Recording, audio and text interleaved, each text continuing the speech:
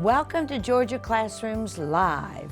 We gathered 5 exceptional Georgia teachers who are working with the English Language Arts Georgia Standards of Excellence and featured them in 4 segmented videos designed as a professional learning resource for building capacity for student writing. The classrooms are authentic Georgia classrooms with Georgia educators and featuring Georgia students in these productions. Featured in this video is Luz Montañez, a 2nd grade teacher at Green Acres Elementary School.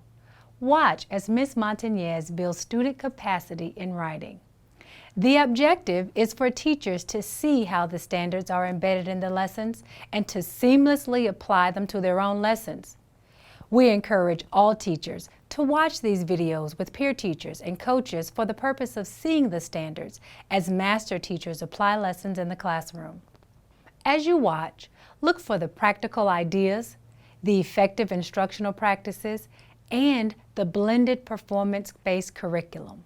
Pause at an appropriate place and discuss the segments in professional collaborative groups of peer-teacher colleagues, and then set expectations to embed ideas into personalized lessons that you create. We encourage you to apply the lessons and techniques in your own classrooms and come back to your PLCs to discuss outcomes, highs and lows, and adjust the instruction to meet your own classroom purpose.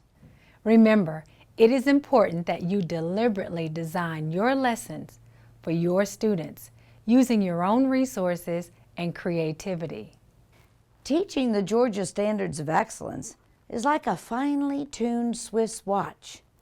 Teaching Georgia Standards of Excellence takes teamwork and planning. As you watch the videos with the goal of implementing in your own classroom, we encourage you to be creative. Remember to be positive. Believe in your students and know that you are building the future to give our students a strong foundation.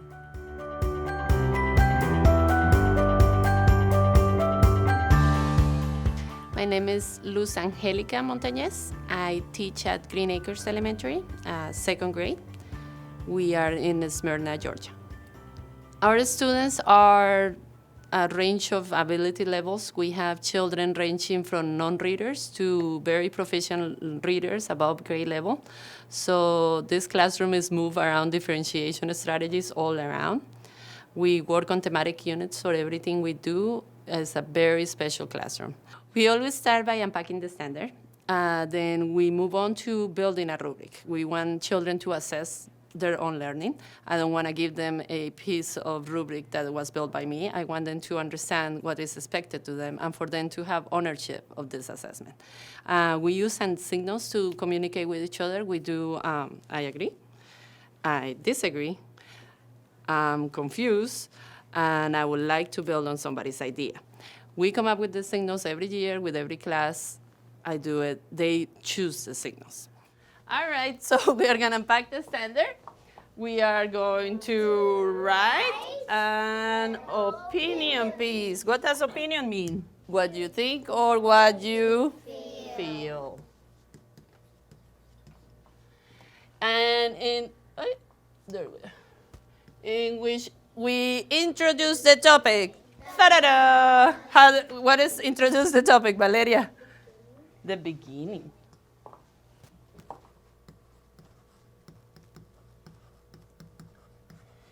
And over a book that you're writing about, you are going to state an opinion. What does that mean? Text evidence. Text evidence. Okay, you state your opinion with text evidence, but do we say our opinion first when we state our opinion? Right.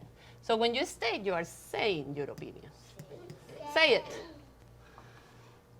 Tell them what your opinion is. And you're going to supply reasons that support your opinion. How did you do that? Daniel? With text evidence. Now, who can remind me, where do we find that text evidence? Do I find it in my brain only? No. Where do I find it, Jair? Articles. What else? Magazines. Magazines. What else? Books. Books. In the tablet, maybe it might have text evidence. In your computer? Can we find text evidence, media evidence in photographs too? Yeah, okay. In magazines, I agree, Mommy. So, linking words. Talk to me about the linking words. What are those linking words, Jacob? Because and also. Uh-huh. And Ms. Cox has put bunch of more linking words right there. We have linking words in your opinion writing rubric over there, so you can find bunch of them. And we are going to connect this opinion with reasons and provide a concluding statement. What does that mean, Charlene? The end. So I thought today, we've been talking about opinion writing, but we have not built a rubric, have we? No. Should we do a rubric? Yes. When I start building a rubric, I ask them to first look at how to meet the standard. I always have them turn and talk, and then they decide. And they have gotten really proficient about it because we do it in every subject level. So they turn and talk, they talk to each other, they use hand signals when they're talking to each other, you will notice that. And then we discuss it. We come up with what meets the standard looks like. And what I like about it is that they understand what is expected of a standard. So are we going to build a rubric? Yes. Yes? Okay. All right. So I want you to turn and talk front to back and tell me what you think we need to meet this standard. No, your choices. I love how you guys are looking back at the standard. Fabulous choices, guys. So how do we meet this opinion writing standard? By giving your opinion. Show me your thinking. So you guys agree? Okay. What else should we do to meet the standard? Yes? Use text evidence. What is your thinking? And we use that text evidence to support our opinion, right? Anything else we need to meet the standard? And I like looking back to make sure that I do everything in my standard. Yes, sir? Do a closure. Do a closure. What's your thinking? After we build the meets and we all agree with our signals where we should be, then we go to the exceeds. And they understand the process. I use a lot of charts to help them understand how to add more to the writing, because my next step, me as a teacher, is not only to meet the standard, but to go above that standard for every kid in this classroom, no matter what level you are. So I think we did everything that needs to happen for a meet. Let me make sure. I think so. So, how do I exceed this standard? Turn and talk to the left. How do I exceed this standard?